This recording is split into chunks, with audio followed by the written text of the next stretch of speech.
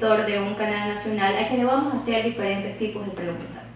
Buenas tardes, licenciado Héctor. Buenas tardes. Una de sus preguntas sería, bajo su criterio en la actualidad, ¿cuál es la relación que existe entre la prensa y el gobierno? Bueno, muy malas, muy malas. La relación se rompió hace tiempo por imposiciones que hizo el gobierno, ¿no? Acordémonos de que ahora estamos en un estado de derecho, más no de opinión. ¿Qué quiere decir esto? De que tú tienes tu derecho y ninguna opinión está por encima de tu derecho. Antes tú podías criticar, podías decir, hay una serie de cortapisas que ha hecho el gobierno de que no te permite actuar bien, no te permite actuar con la ligereza que un medio debería. Te pongo un ejemplo. Niños no puedes ver, ¿no? Está prohibido ver niños. Entonces, siempre hay niños, en cualquier escena hay niños, entonces te toca a ti taparlos, y eso es tiempo. ¿Cuál entonces podría decir ser la influencia directa que tienen los medios de comunicación para cambiar una ideología de las personas acerca del gobierno?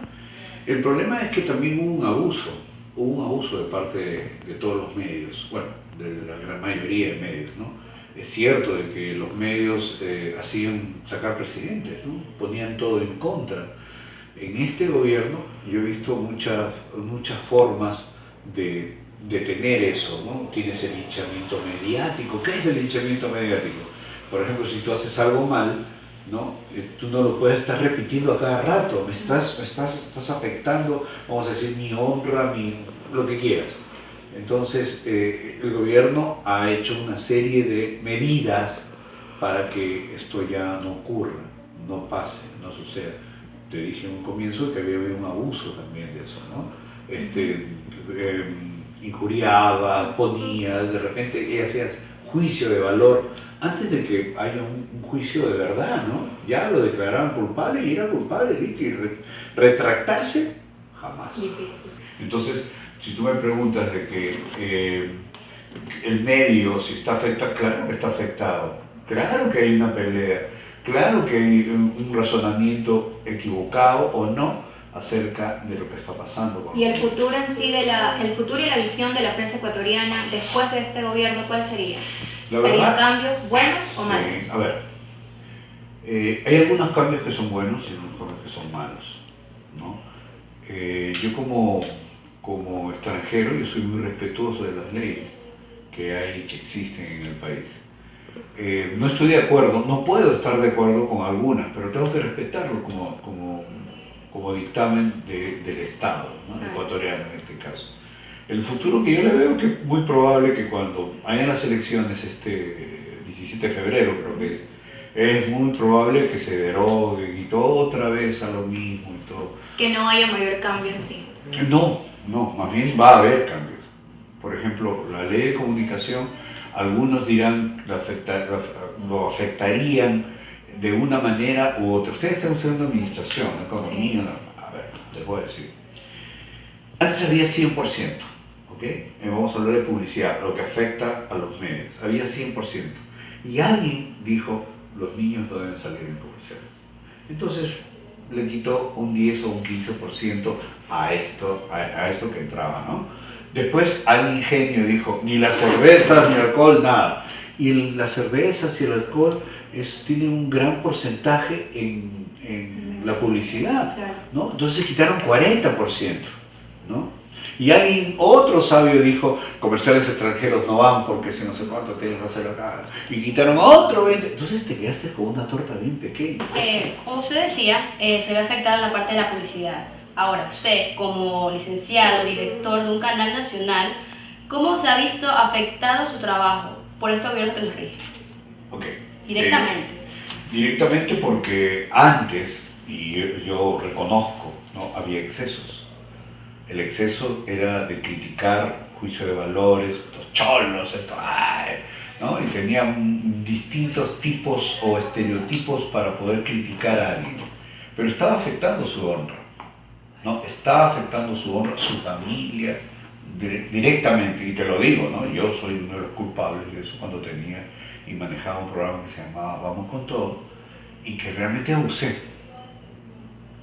Y muchos otros medios también abusaron, noticieros, etcétera, etcétera.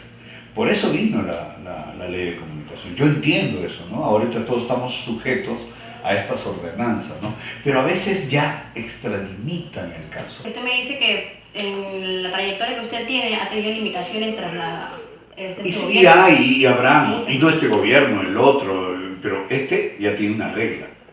Quizás antes levantaban el teléfono y decían, ¿sabes qué? Sácame ese compadre. Y te sacaban. Y bajo su percepción, entonces, la economía del país, ¿qué tan bueno o qué tan malo está? A ver, no es para nadie, sabemos perfectamente que hay crisis. Antes, hace creo que meses o un año, decían no hay crisis. Ahora el mismo presidente dice que sí hay crisis. Ya lo sé. Es que por un problema realmente no de objetividad, sino un problema ya netamente económico. Si tú haces un presupuesto de 100, porque sabes perfectamente que te van a entrar 200, ¿ok? Y con 100 es tu presupuesto y aparte te sobran 100 para distintos tipos de, vamos a decir, proyectos, y de repente te entran 60, nada más. ¿Y qué haces con un presupuesto de 100 y ahora te entran 60? ¿De dónde sacan los 40? Eso es lo que está pasando y lo estamos sufriendo todos. Entrando directamente a temas económicos, quería saber su percepción o lo que usted piensa acerca de la acción del gobierno que tiene del 2% del IVA tras el terremoto del 16 de abril. ¿Usted cómo ve eso? A ver, si no tenemos plata, si estamos en crisis antes del terremoto, ya estábamos en crisis, y no hay plata, el gobierno está buscando de que sea de sacar plata, ¿no? El aumento del 2%, todo aumento es malo. Todo aumento, la gente va a pronunciarse en contra del aumento, sabiendo que es para un buen fin. El problema está en que si ese dinero va a ser dirigido efectivamente a lo que se está pidiendo, ¿no? En este caso a la reconstrucción. Estamos hablando de ciudades que han sido devastadas, están derrumbando edificios, vemos todos los días que hay y se necesita plata para eso. Por eso es el aumento. ¿Hasta cuándo o hasta dónde va a aguantar el bolsillo dando el 2%? Esa es otra pregunta. Efectivamente, el IVA es que afecta a todos los hogares ecuatorianos. Entonces, ¿usted qué cree que sean estos efectos de este 2% adicional? Es impopular, como te dije hace un rato. Nadie creo que va a decir, bien, sí, no, dos, estamos 4. Nadie. Efectivamente, nadie. Y empezando por el gobierno. No, el gobierno ha dictado el 2%, el aumento del 2%, ¿no? Entonces, eso entra al arca para el gobierno. A lo que para me refiero poder es hacer. que ni ellos mismos quisieran dar ese 2%. No, Nadie no, quiere, no. ni el pueblo ni el gobierno, No, pero el gobierno, es algo que, el gobierno recibe. claro, El pueblo, la gente es la que le pero da. no sale de su sueldo en sí. Sí, tendrán que darlo y ya es un hecho, y es un hecho consumado. Claro. El problema es que cuando pasen 2 años, 3 años, ¿tú crees que van a decir, ya está, vuelve nuevamente, les quitamos el 2%? ¿Tú crees que va a pasar? No, la verdad es que no. Difícilmente. Y como le decía, en los hogares ecuatorianos ya existía una escasez, como lo mencionaba usted. Ajá. Entonces, con esto, como que la expresión es la soga al cuello y los hogares ecuatorianos cada vez se aprieta más. Así es. El problema lo vemos en las calles, ¿no? Falta de trabajo. Miren, se ha creado ahora, y es una locura, ¿no? Se ha creado de que ahora tú puedes en tu empresa decir voy a trabajar tantas horas nomás para... ¿Cuál es su opinión sobre las salvaguardias para productos de importación? A ver, son buenas hasta un punto en que, por ejemplo, ahora dicen vamos a aumentarlas. ¿Por qué aumentan? Si te digo, ¿sabes qué? Es hasta junio, Claro. ¿cierto? Pero si llega junio y me dice, ¿sabes qué? Va a durar hasta diciembre o el próximo año. Eso es no tener las reglas claras. ¿Qué pasa con eso? La inversión no llega, los capitales se van, porque no hay reglas claras. ¿Cómo puedes tú invertir, ¿no? En un país, o vamos a decir en determinada empresa, si de repente te aumentan el IVA 2 más te dicen que esto no puedes y que mañana Ponen puedes hacer restricciones. esto, retira acá, hay que ponerle el sello o sea, es una locura. Es una locura administrativamente y económicamente. Entonces, Me equivoqué. ¿usted cree que no fue conveniente la extensión de las salvaguardias? A ver, puede haber sido conveniente el plazo, Ya. pero no creo que sea Hasta conveniente extenderlo hasta la el larga. 2017. No, Exacto. nadie te va a creer, porque ahora llega el mes, un añito más. Entonces, ese es el problema, no te creo, pues, ya no te Claro. creo, ese es El el tema de problema. traer inversión perjudica. Claro, y el que está afuera dice, oye, pero no se acababa y ahora otro. No, Mejor me limpiar. miro, y es bien fácil, miras a Perú, miras a Colombia, que tienen acuerdos, que tienen un montón de cosas fuera, ¿no? El ITT, ¿no? ¿Cómo se llama? El libre comercio. Los tratados. Estamos en una desventaja terrible por no haber, en su debido momento, firmar acuerdos, ¿no? ¿Usted cree que el gobierno tiene planes de contingencia para estos desastres naturales como lo que pasó el 16 de abril? A ver, todos los países tienen un plan de contingencia, un plan de emergencia, ¿ok? Todos. Pero ante esta magnitud, ninguno. Ninguno. ¿No? Tú no puedes, y aparte con la crisis en que estamos, Claro. tú no puedes guardar tanta plata para ver si de repente hay un terremoto. No puedes, tú te persigues y ojalá que no pase nada, ¿no? Ese es, ningún país tiene una contingencia, algo que sea, mira lo que pasó con Estados Unidos cuando hubo el Katrina. ¿Te acuerdas? New Orleans Sí. borró del mapa. ¿Cuántos años ha pasado para que, no? Pero mira qué país estamos hablando, ¿no? Esos países que tienen tanta plata que pueden hacerlo. Un país chico como el nuestro, muy difícil. O quizás también este tipo de que este dinero no se está utilizando como para tenerlo para este tipo de cosas. Ese es el otro problema, pero no se sabe, pues tampoco podemos decirle al gobierno, ha pasado de aquí a acá, salen los periódicos y dicen, ese es el problema que empezamos hace un rato a hablar, acerca de que estamos en un estado de derecho, más no de opinión. Bueno, la verdad es que ha sido un gusto tremendo tenerlo a usted y Muchas gracias. sí, su criterio ha sido muy importante para nosotros, estamos muy agradecidos. Gracias por venir. Ok, a ustedes, chicos. Nos encontramos con el economista y actual candidato por la lista 3, Fernando Villamar. Economista, ¿cómo cree usted que la excesiva inversión de obras públicas ha afectado la economía en el Ecuador? Muchísimas gracias. Buenos días con todos. Un saludo muy cordial a todos los queridos jóvenes de la Universidad Politécnica Salesiana, una universidad a la cual yo fui parte. Y evidentemente considero que este trabajo que están haciendo es un trabajo muy beneficioso para las intenciones de ustedes como jóvenes o futuros profesionales, jóvenes activistas de este entorno social. Y voy a contestarte a tu pregunta. La inversión no es mala, siempre y cuando veamos la capacidad justamente instalada desde el punto de vista productivo que requiere y necesita el país para que esa inversión sea bien justificada. Lamentablemente en nuestro medio las inversiones no han sido justificadas no por el hecho de que eso no vaya a reactivar la economía, porque efectivamente toda sociedad requiere y necesita de carreteras, requiere y necesita de buenos puertos, requiere y necesita de infraestructura. El problema es cuando estas inversiones son sobredimensionadas. El problema es cuando la inversión está justificada bajo un entorno de beneficio particular de ciertos grupos de poder y esto conlleva a que haya un sobreprecio. Ahí está el problema. Entonces yo no creo y estoy convencido de que en una sociedad como la nuestra tú puedas generar una inversión sin ni siquiera tener algo tan fundamental como es abrirse a los mercados. ¿Cómo tú puedes considerar que un exportador pueda justificar un beneficio si todos los insumos que el exportador necesita y requiere están grabados justamente con un altísimo impuesto en los aranceles? ¿Cómo es posible que en nuestra sociedad podamos justificar que las familias se puedan beneficiar justamente de esas carreteras si hoy por hoy no existe dinero suficiente para que estas familias puedan recrearse o puedan salir justamente a justificar un beneficio desde el punto de vista familiar? No lo pueden hacer. Y otra de las cosas que también es fundamental es que la inversión tiene que ir de la mano con algo específico. Y eso es orientar que esta inversión tiene que estar canalizada a un sector sumamente importante desde todo punto de vista, y este es el sector productivo industrial. Lamentablemente el gobierno piensa que siendo el gestor justamente de esta inversión puede justificar como que más los grandes crecimientos desde el punto de vista económico. Y ese es el mayor problema que tiene el gobierno. El gobierno se ha aferrado a que ellos son los que tienen que hacer todo el trabajo desde el punto de vista del crecimiento. Y no se ha dado cuenta de que todo era bonito cuando evidentemente los factores externos estaban a la par y en beneficio del gobierno. Por ejemplo, cuando existían los altísimos precios del petróleo, entonces el gobierno sí podía justificar las grandes obras.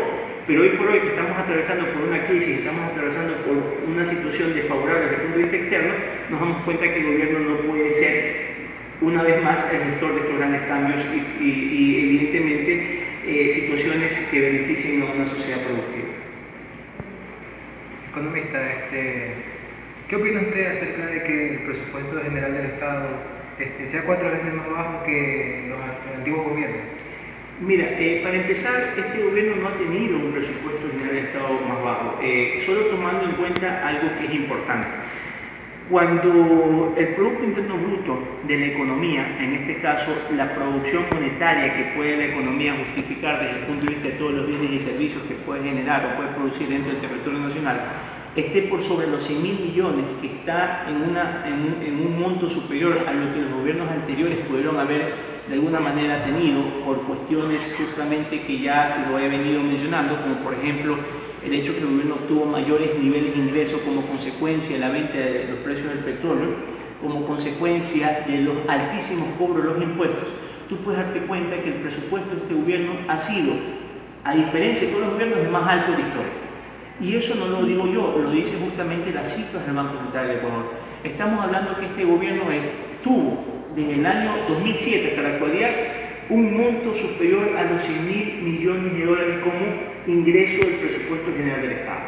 Y si eso tú lo comparas, por ejemplo, al año 2004, que fue una de las situaciones que la economía pudo haber tenido el mayor crecimiento económico, no solo de la historia, sino del presente, con un crecimiento del 8,9%, aún así tú te das cuenta que este gobierno tuvo, por sobre todas las cosas, situaciones mucho más favorables con respecto al manejo del presupuesto general del Estado. Más aún cuando una constitución que hoy por hoy toma como consecuencia fundamental el hecho de que el gobierno solo puede gastar hasta el 40% de los ingresos. Y sin embargo, este gobierno ya ha sobrepasado justamente esa línea de endeudamiento, y eso te justifica el hecho de que el presupuesto general del Estado del actual gobierno ha sido el más alto no solo del presente sino de la historia de la economía ecuatoriana. Economista, bajo su perspectiva, ¿cuál sería el futuro de nuestro país mediante el crecimiento de la deuda externa? Bueno, el futuro es un futuro muy lamentable, inclusive podríamos decir perjudicial para ustedes que son las generaciones del presente, dado que este gobierno está ocasionando de manera irresponsable un manejo administrativo público para el próximo gobierno muy deplorable. Más aún cuando en la actualidad el gobierno no tiene la capacidad de recaudación de ingresos como si lo teníamos en el pasado, y no tenemos en este caso el hecho de haber dimensionado este sector tan importante desde el punto de vista productivo como un sector productivo industrial. Entonces, bajo esas consecuencias yo creo que tenemos un futuro muy preocupante, y yo creo que va a ser un reto para el próximo gobierno, y va a ser un reto para nosotros los que somos parte de este grupo, este conglomerado de la sociedad de patriotas. Va a ser un reto muy difícil el poder gestionar y poder justificar un cambio tan profundo con respecto a la crisis que estamos atravesando, pero de alguna manera ya lo hemos demostrado en el pasado. Lo demostró el ingeniero Luis Gutiérrez cuando él cogió una economía devastada. Acordémonos, y ustedes eran muy pequeños tal vez en ese entonces, pero el ingeniero Gutiérrez cogió una economía atravesando la peor crisis justamente de la historia de la economía ecuatoriana, que fue la crisis del feriado bancario. Una situación que hoy por hoy nos damos cuenta que estamos atravesando de igual manera por la irresponsabilidad del manejo administrativo público del actual gobierno. Este gobierno ha incrementado justamente el tamaño del Estado, ha acrecentado justamente las responsabilidades que puede haber tenido un gobierno, y eso lamentablemente con el tiempo le ha generado la factura a este gobierno. Y pensamos y estamos convencidos que haciendo bien las cosas, haciendo las cosas de manera sensata, podemos justificar este cambio tan profundo y salir de esta crisis. Yo creo que medidas hay, medidas hay. Y las medidas tienen que ir al sentido contrario a lo que actualmente el gobierno está hoy por hoy generando en su administración pública. Entonces, sí es preocupante, pero podemos decir que sí hay medidas para poder salir de este atolladero que nos tiene el gobierno y poder justificar este cambio tan profundo que requieren todos los ecuatorianos. Economista, le agradecemos su tiempo por haber brindado esta entrevista. No, gracias a ustedes, un mensaje justamente para todos los jóvenes. Ya dejemos a un lado esta situación de que no podemos ser parte fundamental y activista en este proceso social. Debemos todos activarnos, debemos todos hacer una gran fuerza, porque solo el pueblo sabe el pueblo y solo la juventud hoy por hoy que se inserte a este entorno que es tan inevitable, hoy por hoy que es la parte política, nos puede justificar estos cambios tan profundos que requerimos y deseamos y anhelamos todos los ecuatorianos. Muchas gracias. Gracias. Gracias a ustedes.